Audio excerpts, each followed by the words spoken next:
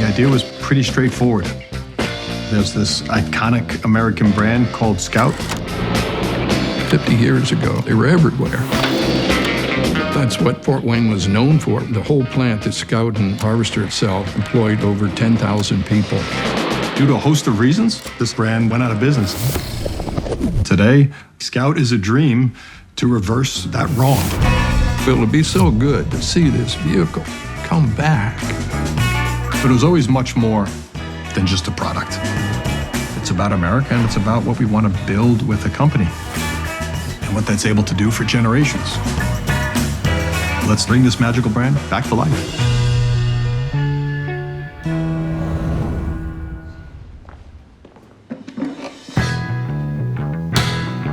All right. I can't just have coffee. Scout stood for so many things that were great about America. They were rugged. They could do anything, go anywhere. What this brand was from 1960 to 1980 was just inspirationally cool. Scout had all the authenticity. But we want to take those old world ideals and just inject them with American ingenuity, make them cool, make them safe, make them want to tell your neighbors about. The real motivation was the opportunity to build that from the ground up again, to really honor that really rich heritage and legacy. Manufacturing in America for the last several decades has gone away. And with it has gone away a lot of the opportunities that come with having stable, large-scale manufacturing jobs in a community.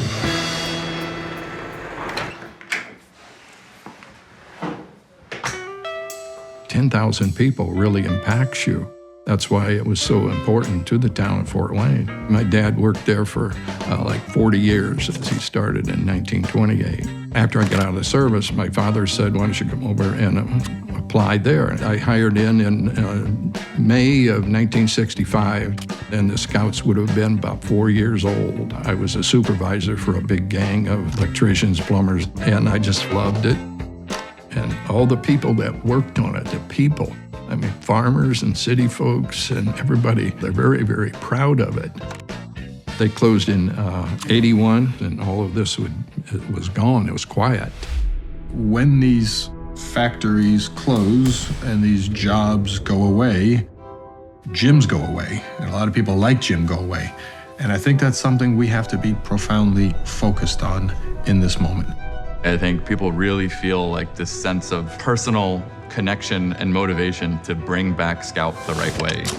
We want to be the next great, iconic American brand. And you don't get there by outsourcing everything. The factory side was a whole other endeavor. It started very, very crudely, like, where are we going to work? Lots of places have land, lots of places have energy, but we're looking for a home. And this is where South Carolina was profoundly strong. Since they've built things before, they know what it takes. I remember the phone call between Scott and Governor McMaster, which was announcing Blythewood as the site. Well, gentlemen, I don't want to waste anyone's time. I just want to say one word, and that one word is congratulations. Well, thank you very much. We're going. We got the green light on the factory. It was nothing but pure excitement. It was just a huge step to make Scott Motors go from what was at the time PowerPoint slides into a 1,600-acre construction site. We were sort of a little bit shocked, like, oh God, what have we done? We've got a lot of work to do now. Scout can't do this by itself. And what the state has allowed and Richland County has allowed is a very open dialogue and open communication. It's such a good partnership. And of course, we landed in this magical place called Blythewood. It's a community that rolls up its sleeves and wants to get things done. Every other new automotive entrant, they've typically started with a brownfield factory. In our case, we're building a greenfield factory on 1,600 acres. Every time I come down here, whether it be every other day or every other week, is breathtaking. To see it go from what was dirt to then 3 million square feet of buildings. This is where 4,000 people are going to come to work every day. That's really inspiring. I grew up in the Midlands of South Carolina. The opportunities weren't there for us. And, growing up in that environment, you really didn't think you could grow in this area. But the jobs that we're creating now become more impactful. So now you can buy houses, you can buy cars, you can buy land. You can do the things that change lives. This is a generational chance that we have to do this.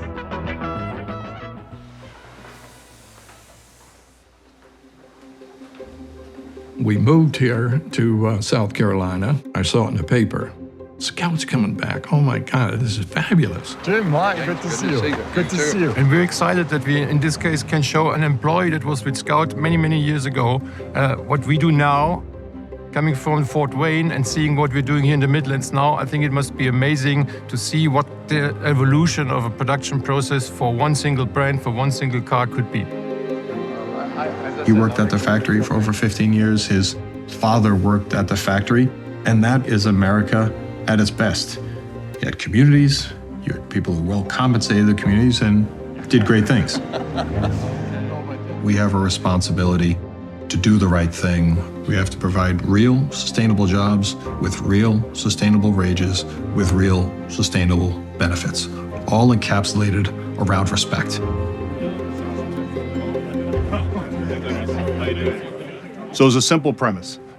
Can we bring back this great truck and this great brand? And can we revive a community by building a factory and doing all the great things that come from that? And I want every single person at Scout to care, because we're making something that's going to be driven across America. It's going to be driven by families. So that's why I'm here. What you're doing is important to me. It's important to Scout. And I want you to have a great and phenomenal career that's rewarding to you.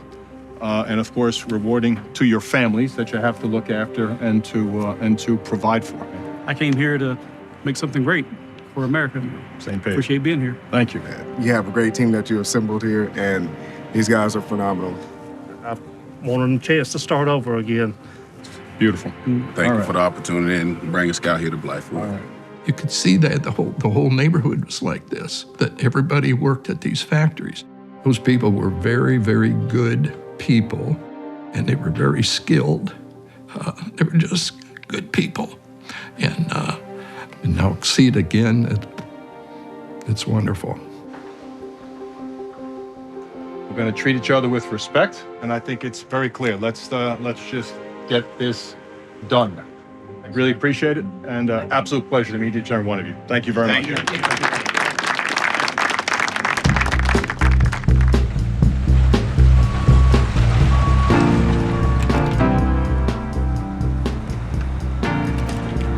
Hey, Jim.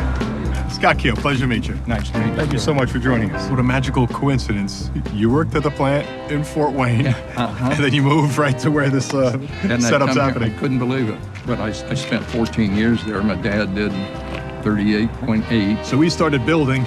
At the same time, they're still moving massive amounts of dirt. Tricky, super tricky. Yeah, that's assembly there, right? The first one that comes out. Without a doubt, we've definitely taken the harder path. All new company, all new platform, a lot of new technology, new factory. But the hardest decisions usually are the right ones. I wish people could see the passion that every employee at Scout Motors has. We really want this factory to be a place of transformation for Blythewood, for the Midlands, for the state. It's way more than jobs, way more than just $2 billion of investment. We think it can be completely transformative for thousands of families, for small businesses, and for the broader community. What we have in front of us is this American moment. We want to continue to share our story with America. Nothing ahead of us but a lot of hard work. We're building something that's iconic and something that's going to last decades.